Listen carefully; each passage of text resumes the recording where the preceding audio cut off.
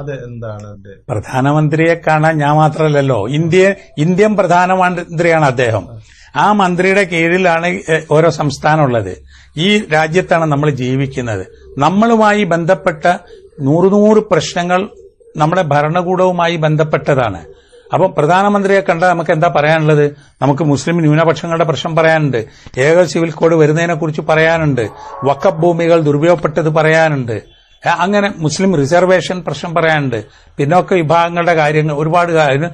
അതൊരു കുറ്റമൊന്നും അല്ലല്ലോ. അപ്പൊ പ്രധാനമന്ത്രിയുടെ പാർട്ടിയെ എതിർക്കുന്ന നേതാക്കന്മാര് സംസ്ഥാനത്ത് ഭരണാധികാരിയായാലും അവരും പോകുന്നത് പ്രധാനമന്ത്രിയെ കാണാനല്ലേ. അപ്പൊ പുറമെ കൂടെ പറഞ്ഞു നടക്കുന്നതിലും ആരോടാണോ പറയേണ്ടത് അവരോട് തന്നെയല്ലേ പറയേണ്ടത്.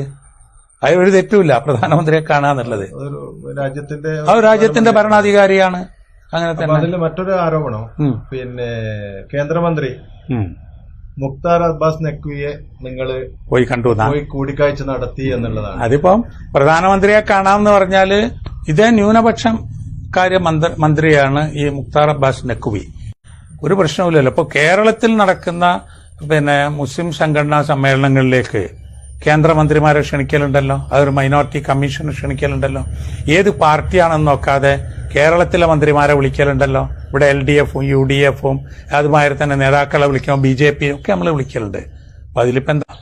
അത് ഇതിൽ മാത്രമല്ലല്ലേ നമ്മൾ നോക്കാം. കേന്ദ്ര ഗവൺമെന്റ് സാലറി കൊടുക്കുന്ന വിദ്യാഭ്യാസ സ്ഥാപനങ്ങൾ, അവിടെ ഇപ്പോൾ ഒരാൾ ലെക്ചറായി പ്രൊഫസറായി നിയമനം കിട്ടിയാൽ ഗവൺമെന്റിന്റെ അല്ലെ ആ പാർട്ടിന്റെ ആളാന്ന് പറയാം. അങ്ങനെ നോക്കുകയാണെങ്കിൽ ഇപ്പോൾ കേന്ദ്ര ഗവൺമെന്റിന്റേതാണ് Indian post department, railway, income tax, ഇതൊക്കെ കേന്ദ്ര ഗവൺമെന്റ് ശമ്പളം കൊടുക്കുന്ന. അപ്പൊ അതിൽ ജോലി ചെയ്യുന്ന ആളുകളൊക്കെ ശമ്പളത്തിന് ജോലി ചെയ്താൽ പോലും അവർ ആ പാർട്ടിയുടെ ആളാവുമൊന്നുമില്ലല്ലോ. അപ്പൊ പ്രധാനമന്ത്രിയുടെ ഓഫീസിലെ അണ്ടർ സെക്രട്ടറിയോ സെക്രട്ടറി ആയിട്ട് ഇപ്പം BJP ആണല്ലോ പ്രധാനമന്ത്രി മോഡി. അവിടെ ജോലി ചെയ്യുന്ന ഒരു കോൺഗ്രസ്സുകാരനുണ്ട് വിചാരിക്കുക, അയാൾ രാജിവെച്ച് പോകണം മന്ത്രി മാറിയെന്ന് വിചാരിച്ചിട്ട്.